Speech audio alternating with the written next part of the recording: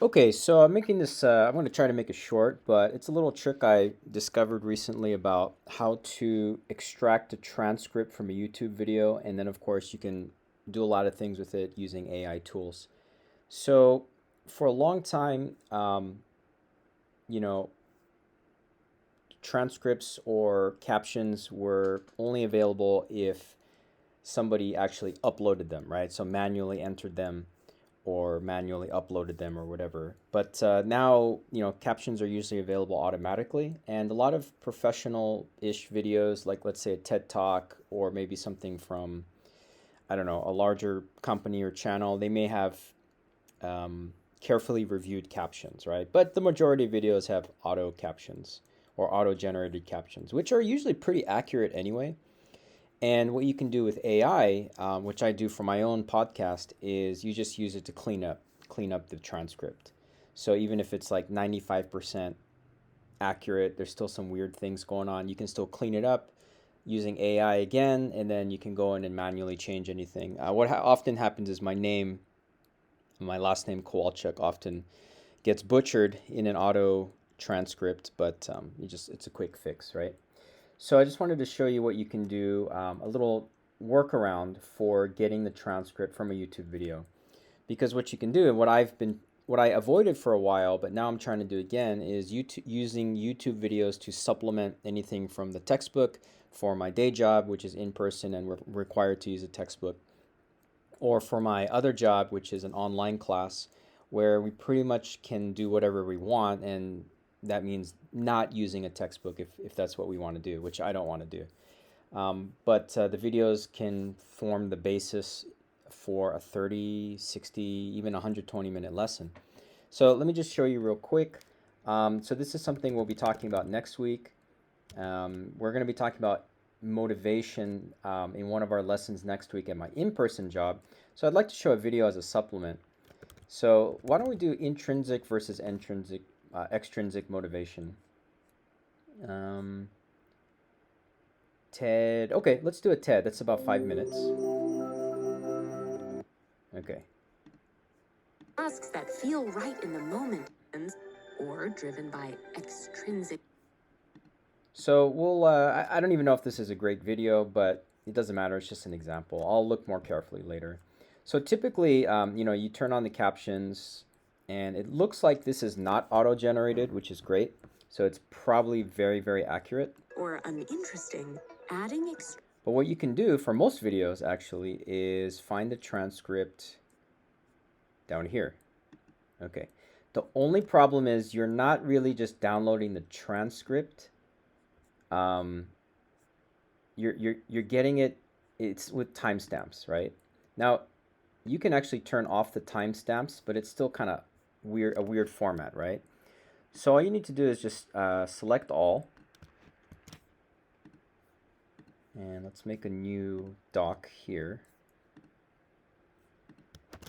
Okay, but you see, this is not really usable, right? So what I'm going to do is I'm going to go to ChatGPT and I'm going to ask it to clean up the transcript. Please clean up, actually reformat. Please format this transcript from YouTube.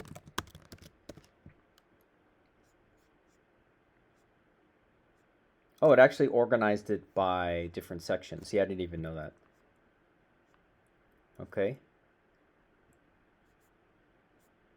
Wow, I didn't even know that. So you can kind of create headings in separate sections. What I'm going to do is I don't need separate sections.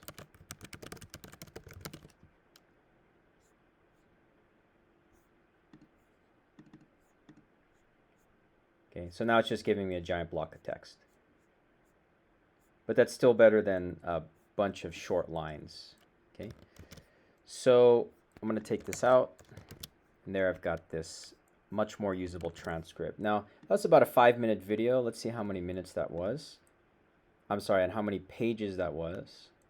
So I usually use a 14 size font with my students. If it's an in-person class for a handout, size 12 if it's online because they can always, zoom in. So that's less than 2 pages, okay. And even though I have an advanced class, maybe that's a little bit, might be a little bit too hard, right? So I can manually highlight any words that I think are a little too difficult, but what I'm going to do is just please make this more accessible to ESL students. They are advanced level. Okay. So I'm getting this.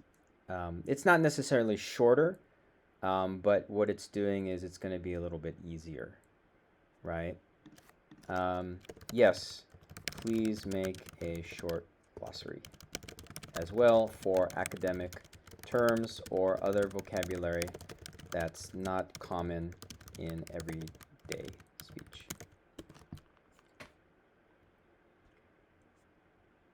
So what they can do is they could look at the original transcript while watching, just to get an idea of what they're saying exactly in the video. But it is quite a lot. So what they can do next is they can also look at the more student-friendly version. Okay. And the point of the video is not just so that it's not just a listening activity, it's so that they can get visuals and they can hear audio together, and hopefully that's more engaging as well, right? Then I've got a glossary, great stuff here. Okay. Please make two, I don't know, let's call them discussions. First is a comprehension check, then a more reflective, deeper discussion. Okay. So I'm getting these kind of more, the questions where they can get the answer directly from the text. And then now they've got questions that are a little deeper, right? You can also create guided notes, right? Actually, I'd like students to take guided notes while watching the video and fill in blanks.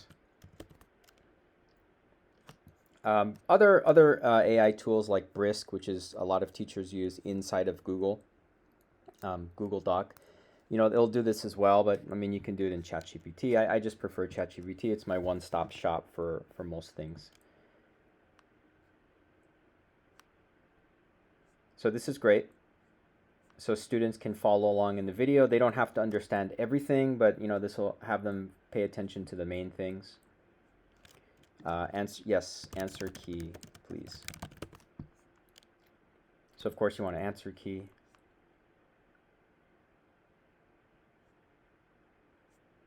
Okay. Actually, let's create a vocabulary bank, and students can pull from this and fill in the blank. So if you want to, depending on how much you want to guide them along, you can have it just completely open where they have to catch the word, or you can give them a word bank, and then they can kind of, as they're watching, and then they see the vocabulary, and then they can plug that into the blank spaces, right? All kinds of things you can do. But this all kind of started when a few days ago I learned, or I figured out how to get the transcript, and it's not really anything special anyway, but just going into the transcript, I didn't even know about this toggle timestamps until just now. But yeah, just kind of going in here and then reformatting it automatically, not manually, which you can do, but I mean, that's very tedious. Let's try one more video, maybe something like something that probably doesn't have accurate captions. Let's say, I don't know. I've been watching a lot of video game videos, like documentaries. So how about Silent Hill review? That's one of my favorite games. Okay. It takes shape. So let's see what the transcripts here. Yeah, so these are auto-generated, so they're not great. Or they're good, but they're not completely accurate. But you can still get the transcript. The only problem is it's not going to be, see, it says here auto-generated, but it doesn't really matter, right?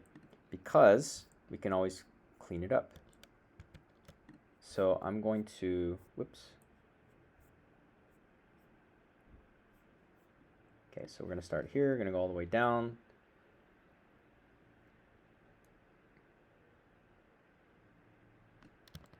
Okay, I'm going to go back here. Here's another transcript. It's auto-generated, so please clean it up if possible. Okay. Probably too much text, but too late.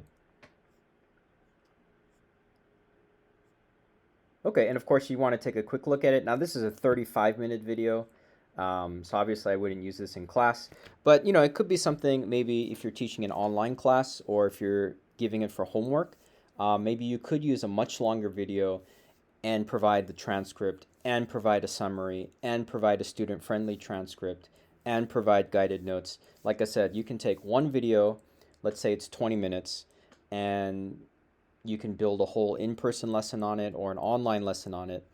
And especially if it's an online lesson or where they can do it in their free time, such as homework, then, in class you wouldn't want to show a 20-minute video at once, right? Or you'd have to break it up. But, for homework or an asynchronous learning environment, I mean, it could be an hour long, right? And as long as you provide the transcript, which they can refer to, you provide a summary for them, you provide guided notes that they can fill in as they're, going along, you can create quizzes about the video. You've essentially taken that video and you've made a whole lesson on it. How long would it take you to do? I mean, I'm talking a lot, so that's going to take some time. It's gonna make it seem longer than it really is. I don't know, maybe a solid 20 or 30 minutes that it would take you to create like a 2-hour lesson based on one video or an assignment or something.